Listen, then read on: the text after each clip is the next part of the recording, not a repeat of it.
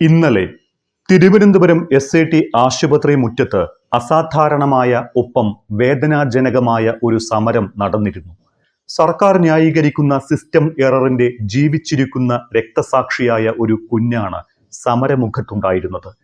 പെറ്റമ്മയുടെ മരണത്തിൽ നീതി തേടി പിറന്ന് 18-ാം നാൾ സമരമുഖത്ത് എത്തേണ്ട ആ കുഞ്ഞിനെ നമ്മൾ എന്ത് പേരിട്ട് വിളിക്കണം? പിറന്ന ശേഷം 1-2 ദിവസം മാത്രമാണ് ആ കുഞ്ഞ് സ്വന്തം അമ്മയെ കണ്ടത്. പിന്നെ കണ്ടത് ചേതനയറ്റ അമ്മയുടെ മുഖം മാത്രമായിരുന്നു.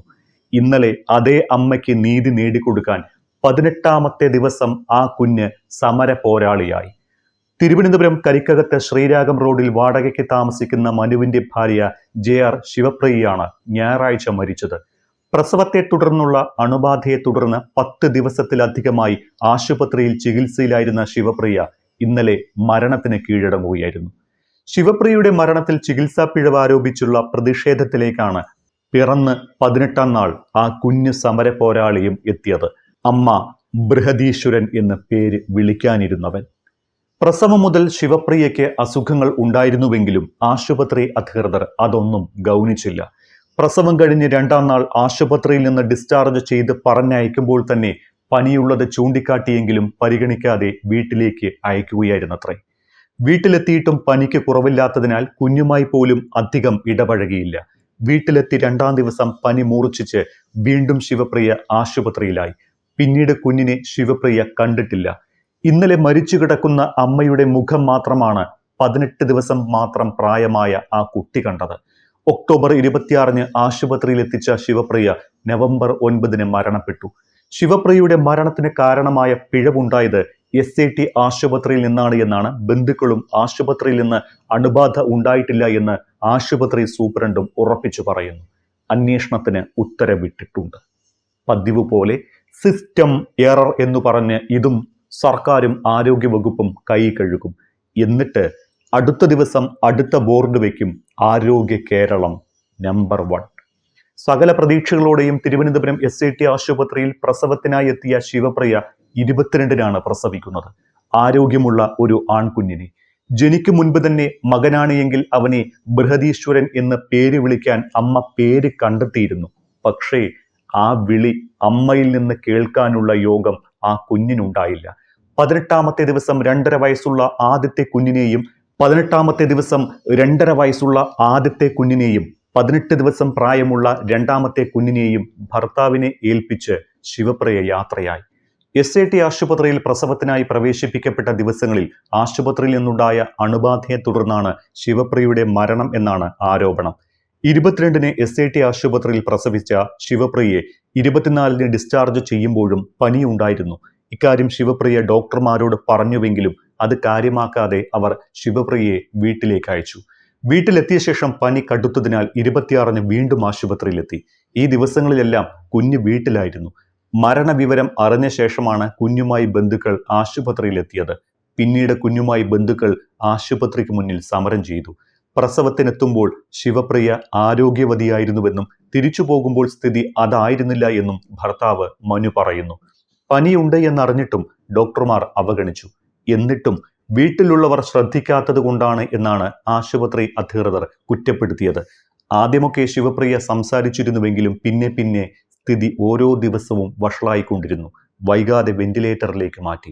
കഴിഞ്ഞ ദിവസം ഭക്ഷണത്തിന് ട്യൂബിട്ട ശേഷം പിന്നെ ശിവപ്രിയ കണ്ണു തുറന്നിട്ടില്ല. ഞായറാഴ്ച രാവിലെ ശ്വാസകോശത്തിൽ അണുബാധ കൂടിയെന്നും രക്തം കട്ട പിടിച്ചുവെന്നും ഡോക്ടർമാർ പറഞ്ഞതിന് പിന്നാലെ മരണവും സംഭവിച്ചു. ലാബ് റിസൾട്ട് അടക്കം വന്നിട്ട് പോലും ഇപ്പോഴും ആശുപത്രിയിൽ നിന്ന് അണുബാധ ഉണ്ടായിട്ടില്ല എന്ന് പറഞ്ഞ് കണ്ണടച്ച് ഇരുട്ടാക്കുകയാണ് ആശുപത്രി സൂപ്രണ്ട് ഡോക്ടർ S. ബിന്ദു. പ്രസവം കഴിഞ്ഞ് ആശുപത്രി വിടുന്നതുവരെ ശിവപ്രിയയ്ക്ക് മറ്റു പ്രശ്നങ്ങൾ ഇല്ലായിരുന്നുവെന്നാണ് ഡോക്ടറുടെ വിശദീകരണം. എല്ലാ മാസവും ലേബർ റൂമും ICUവും അണുബാധയോ മറ്റ് പ്രശ്നങ്ങളോ ഉണ്ടോ എന്നറിയാൻ പരിശോധന നടത്താറുണ്ട് എന്നും ഈ മാസവും ശിവപ്രിയ ആശുപത്രിയിൽ എത്തുന്നതിന് മുൻപ് പരിശോധന പൂർത്തിയാക്കിയതാണ് എന്നും സൂപ്രണ്ട് വിശദീകരിക്കുന്നുണ്ട്. 26-ന് പനിയും വയറിളക്കവുമായി വീണ്ടും ആശുപത്രിയിൽ എത്തുമ്പോൾ തന്നെ ശിവപ്രിയയുടെ ആരോഗ്യസ്ഥിതി മോശമായിരുന്നുവെന്നും മെഡിക്കൽ ബോർഡ് രൂപീകരിച്ച് വിദഗ്ധ ചികിത്സ നൽകിയിരുന്നു എന്നുമാണ് സൂപ്രണ്ടിന്റെ വിശദീകരണം. അസിനെക്ടോ ബാക്ടർ എന്ന ബാക്ടീരിയയുടെ സാന്നിധ്യമാണ് ശിവപ്രിയയ്ക്ക് അണുബാധ ഉണ്ടാക്കിയത് എന്നാണ് പരിശോധനാ ഫലങ്ങൾ തെളിയിക്കുന്നത്. മണ്ണിലും ജലത്തിലുമെല്ലാം കാണപ്പെടുന്ന ഈ ബാക്ടീരിയയ്ക്ക് പല വകഭേദങ്ങളുണ്ട്. ഇതിൽ ചിലത് ആന്തരികാവയവങ്ങളെ ബാധിക്കുന്നതും മരണകാരണമാകുന്നതുമാണ്. മുറിവുകളിലൂടെയാണ് ഇത് ശരീരത്തിൽ പ്രവേശിക്കുക. വൃത്തിഹീനമായ ഏത് സാഹചര്യത്തിലും ഈ ബാക്ടീരിയ വളരാൻ ഇടയാക്കുമെങ്കിലും ആശുപത്രി സാഹചര്യങ്ങളിൽ ഇതിനുള്ള സാധ്യത കൂടുതലാണ് എന്നും പറയപ്പെടുന്നുണ്ട്. പ്രസവശേഷമുള്ള തുന്നൽ വഴിയോ മറ്റോ അകത്ത് കടന്നിരിക്കാമെന്നാണ് നിഗമനം. ഇക്കാര്യത്തിൽ അന്തിമമായി ഒരു നിഗമനത്തിൽ എത്തണമെങ്കിൽ സർക്കാർ പ്രഖ്യാപിച്ചിരിക്കുന്ന വിദഗ്ധാന്വേഷണത്തിന്റെ റിപ്പോർട്ട് വന്ന ശേഷം മാത്രമേ സാധിക്കുകയുള്ളൂ. ഒരാഴ്ചക്കിടെ ആരോഗ്യവകുപ്പിലെ സിസ്റ്റം എറർ എടുക്കുന്ന രണ്ടാമത്തെ ജീവനാണ് ശിവപ്രിയയുടേത്. കൊല്ലം ചവറ സ്വദേശി വേണു മരിച്ചത് കഴിഞ്ഞ ദിവസമാണ്. ഹൃദയാഘാതമുണ്ടായി ആശുപത്രിയിലെത്തിയ വേണുവിനെ നായയെ നോക്കുന്ന നോട്ടം പോലും നോക്കിയിട്ടില്ല എന്ന് തൻ്റെ മരണമൊഴിയായി വേണു തന്നെ പറഞ്ഞതാണ്.